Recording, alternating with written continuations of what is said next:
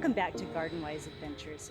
I am once again at the Conservation Garden Park. My name is Malie, and this is our Plant of the Week series. Right now we're focusing on water-wise perennials and shrubs. We'll even cover some trees. So today what I'd like to highlight is another one of my favorites, but it's another misunderstood plant. It's called the Ninebark. Back behind me we have a Diablo Ninebark. Now, Ninebarks come in many different colors, shapes, sizes, and they all have the same maintenance needs. A Ninebark is a very easy plant to take care of if you do it properly. Number one, they are drought tolerant. They don't like to be wet all the time. They like full sun. Although these are in a bit of shade and seem to be doing well, I'll bet they get some morning sun. Behind me is the west, where you're standing is the east. So these trees probably shade them for half of the day. Right now I think it's about 2 o'clock in the afternoon and they're starting to get some shade. But they do thrive in full sun. They like drier soils, they don't need a lot of fertilizer, and they don't need a very rich soil. They can handle our alkaline soils, especially in the Intermountain West. Now the one problem that Ninebarks do have is that people prune them improperly. Now I thought about going around to some of my neighbors or people, just knock on their doors and find some poorly pruned Ninebarks to show you what they look like, but I'm sure you've all seen them. So let me get you closer so we could show you how Ninebarks grow and the best way to prune them. So now we're looking towards the inside of this Ninebark shrub. I don't know if you can see it very well, but there are a lot of branches growing up from the base. Now if you're to go in and cut those branches back by half, let's say, oh, this Ninebark has outgrown your spot, you want it much smaller, so you go cut all those branches in half, you're not going to get the kind of growth you think you will. What they will do is each one of those branches that you cut in half, it's going to get a massive growth at the end.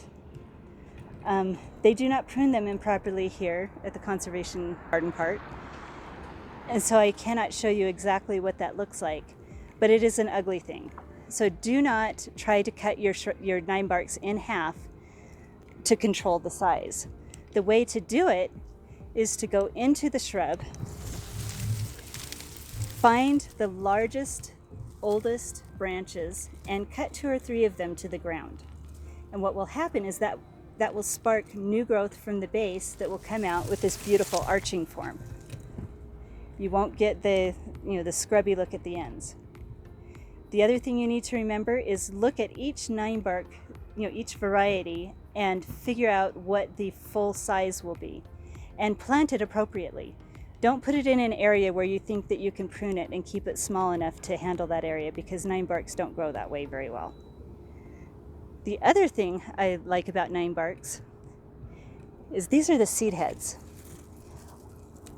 Right here is the seed heads. On a Diablo Ninebark, the seed heads kind of blend in. But if you get a lighter colored Ninebark, the seed heads, really pop. And they look like flowers all year long. In the spring, they get white flowers. And in the fall, there's not much of a color change on most of them. But I will take you back to my house here shortly and show you one that does have a beautiful color change in the fall. And it's one of my favorite ones. Here we have another variety of Ninebark. This is just your normal green variety. I'm not sure of the cultivar name, but I will bring you in closer to look at the leaves so you can know how to identify Ninebark. It is also, last week's plant of the week, we have another tiger's eye sumac next to it. So this cultivar, it tends to have a little bit more of an unruly growth, but it can be gorgeous in certain situations. So if you would like just a very easy to care for plant that takes up a good amount of space and stays in its lane, you can have just the normal green Ninebark. So as we're looking at this Ninebark, one of the ways to identify it is the leaf shape. It's kind of, I don't know what you would, the actual scientific name, but it's kind of like a trident. So it's got 3 lobes on it. This one, let me see if I can find some of the seed pods. The seed pods on this variety do not, it doesn't look like they turn orange. They are still a really pretty little seed pod. back at my home and I wanted to show you some of the couple of Ninebarks that I have. This one right here is one of my favorites. It's called the Little Devil Ninebark. I think this one, I'm 5 feet tall, 5 feet 2.5 to be exact. But they are supposed to stay about 4 feet tall and wide, and these shrubs have stayed this size for several years. I've never had to prune them, and I love the shape. They just end up with a nice round shape. They are actually flowering again, if you can see here. They flower several times a year, and the seed pods are about the same color as the foliage, so they're a little more difficult to see. But there are certain times of the season where they are more of an orange color and you can see them. So Little Devil Ninebark, excellent choice for smaller places. Most Ninebarks get about 6 to 8 feet tall and wide. So if you're looking for a good spot for them, make sure that they can get to their full size, like I said before, so you don't feel like you have to prune them down to keep them small. Let's show you another one.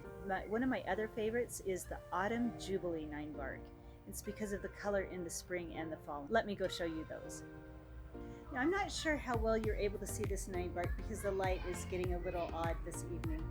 But the Autumn Jubilee Ninebark can get some gorgeous colors. This one has a little bit of chlorosis to it, and I'm not sure why. I need to check the base. I'll bet if I check the base of the plant, there's going to be a little bit of an issue down there. But it has a gorgeous orange color in the spring and in the fall, and then in the summer you get the green leaves with a tinge of orange to them.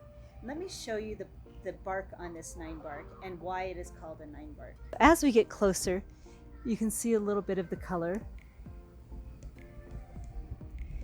and this is the bark of the tree. This is what happens if you don't prune out the big old branches. The bark starts exfoliating and showing all sorts of beautiful different colors. You can see it exfoliating off of that stem. So with this shrub, this one in particular, I try to leave some of the old branches so that you can see the color of the bark. I think it is absolutely gorgeous. Now this one is probably a good 8 feet tall, and it would be as wide, but I try to keep it cut back from the base. I told you not to shove them into places, but look what I've done. I've shoved it in between my chase tree and my weeping blue spruce here. But I kind of like the effect. I think it's a beautiful shrub.